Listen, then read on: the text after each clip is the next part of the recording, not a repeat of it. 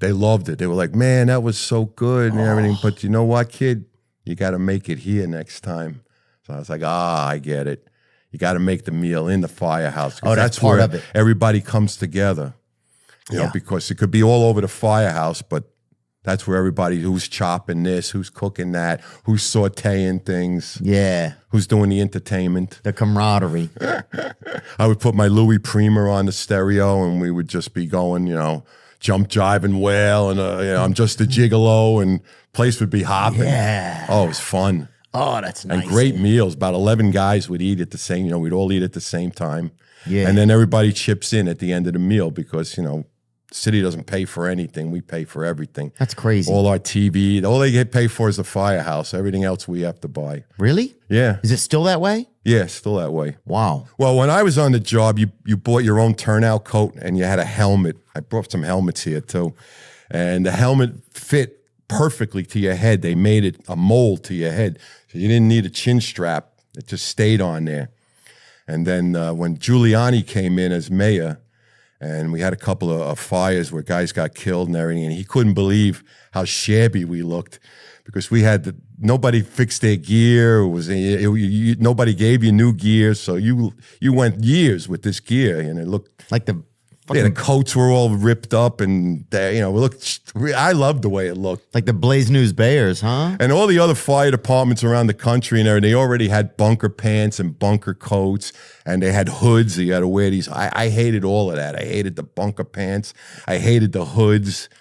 And so that changed right there from the uniforms. And then they gave us a new helmet, 3 sizes, small, medium, large. Ooh. And they had to have a damn chin strap to hold it on. It was a lot heavier. Oh, I hated it. Yeah. But you get charges if you didn't wear it.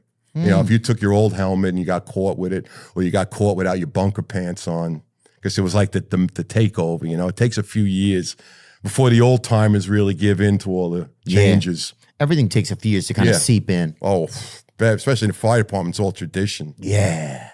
Yeah, dude, that was one of the nice things. Even like whenever I would go with it was my first girlfriend, her dad, whenever I'd go over there, it would just be nice to see the guys all spending time together, you know? Yeah. And they would know other fire departments around the city. It was just like, there was like definitely a, it was like this kind of secret society that was a little bit, it was a little hidden kind of, because you don't really think about the fire department all the time, you know? I didn't. But but they're right there, dude. Yep. And they're the first ones that have to get involved when things get bad. Yeah. You know?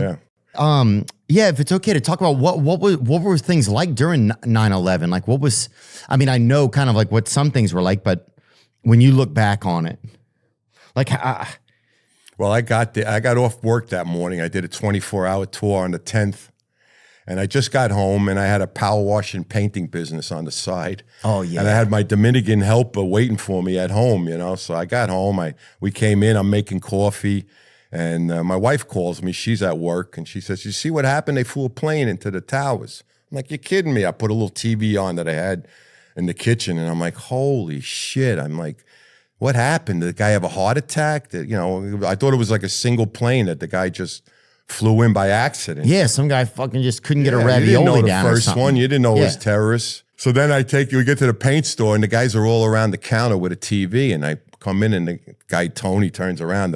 He says, "Why the fuck is they fucking terrorists flew planes into the fucking towers?" And I'm like, holy shit. Now I see both towers going. Now I know, you know, it was an attack. So I says, all right, we got to get out of here. I had to paint a rabbi's house in Woodmere. So I got this painting truck with ladders, Tony's power washing and paint. I raced on the way there. I hear the first tower collapses. So I'm like, I'm cursing. I'm like, motherfuckers. My Dominican guy don't speak English. He doesn't really hear, but he knows something bad. So he knows the towers. So now I get another 20 minutes, 10 minutes later or whatever, and I hear the second tower come down, and I was at a light. I put my foot on the brake, and I just started crying. I was on the steering wheel because I knew how many guys just got killed, you know, from this whole deal. Oh, I was crushed. So at that point, did you know because you were privy to the information or you just knew how it worked? You just knew the way it works. You know, they called in everything once those planes hit. You know, could you have gone back in, or you weren't even allowed to go in? When? Like at that moment, since you had just gotten off of a shift? No, well now I race to the rabbi's house. I throw the ladders, the paint. I knock on the rabbi's door. I says, "Listen, Rabbi, I'm a fireman from New York City. I got to go to the trade center." I knew he knew it because I could hear the TV on inside. So he's like, "Okay." I said, "Roberto's going to take care of everything." I told Roberto, "Listen, I don't know when I'm going to see you again." But he's like, "No worry, no problem. My boss, I take care." He was such a great guy.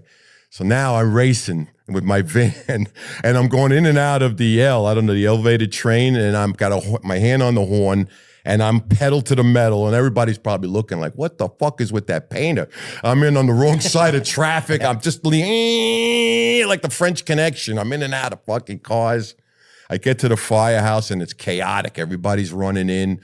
What are we going to do? Who's going? How are we going to get there? One guy said he was taking a boat because my firehouse in Howard Beach was on a canal.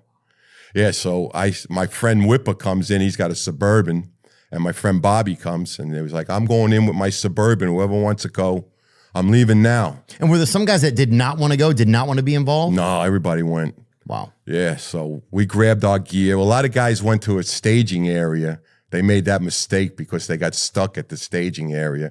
We took my friend's Suburban right to the pile, right there. I mean, we were heading down Woodhaven Boulevard. And I'm like, and there was no traffic? It was traffic. I mean, the shit hit the fan already. Right. So the Whip is driving crazy, my friend the Whipper. And I'm like, Whip, don't get anybody killed already. We're enough people already, slow down a little. So we get to the LIE and the cops have it shut off, the entrance to the Long Island Expressway. So I stick my turnout coat out the window, and they move the cop cars and they wave us in, So that had to feel crazy. Was there some, I mean, obviously there's excitement, probably a ton of adrenaline, fucking fear. adrenaline.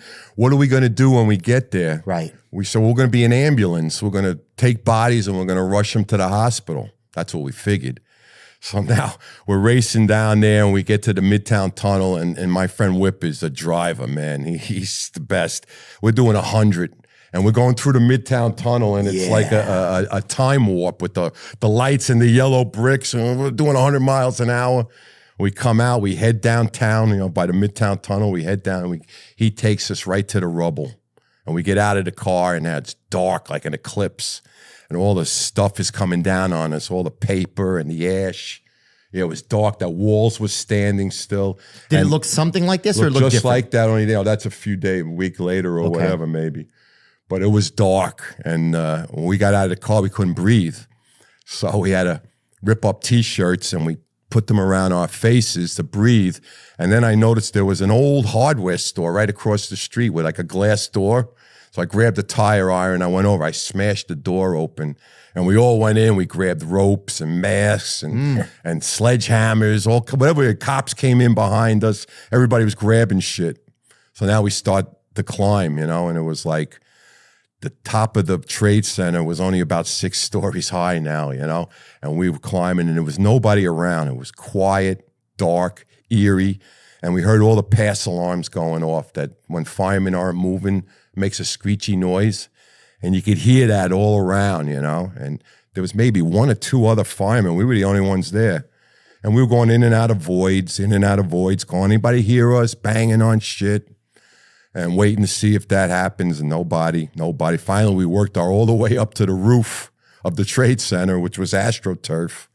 And now you could see, and it looked like it went on for a mile, it was like a movie set. It was so crazy. And on the one side was the EAB bank, and it was on fire. And they had, they had mesh, like the black mesh covering it. And all you saw was the black mesh and the flames coming out. It was like satanic. Oh, it was so creepy. And so now we're climbing all around inside, in and out of voids. And we did this for like maybe about 1 o'clock. We got there at 11:30. And my friend Bobby says, Tone, my throat's closing up. We got to get water. So I said, Whip, we got to get water. We got to head to the street.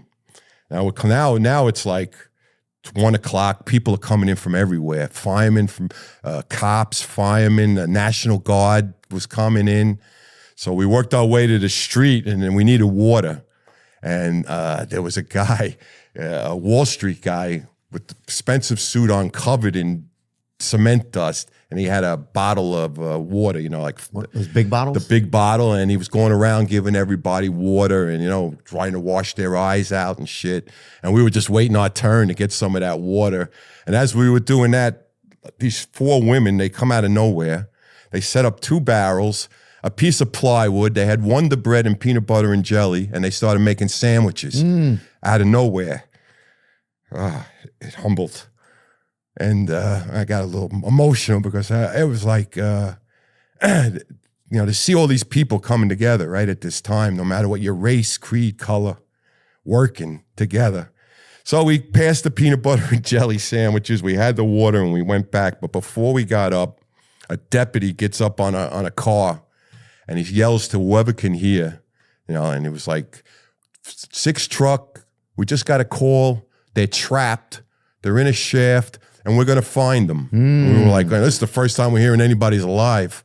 We're like, yeah. So everybody starts running for get gear. And there's a rescue truck that was crushed. And we ran over to the rescue truck and we started opening up compartments. I grabbed a jackhammer. We grabbed some big ass jackhammer, bits, bottles for air. And now we start heading out to look for them. You at least had a mission. Oh, we were on a mission now. You know, now we're looking for. So now another 2 hours climbing up and down these. But meanwhile, Building 7, which is the big building everybody talks about, was on fire from the moment we got there. Every floor really burned. Every floor. And what caused that fire? Just the collapse. You know, they had the 2 trade centers. Oh, the collapse right in front of them. Right. Yeah, there was a lot of buildings on fire. So, so now we're working up and down, and I take a fall. I fall into a void, and I fall on my right shoulder, and my Bobby comes running over. He's like, kiddo, you all right? I said, yeah, I fucking hurt my shoulder.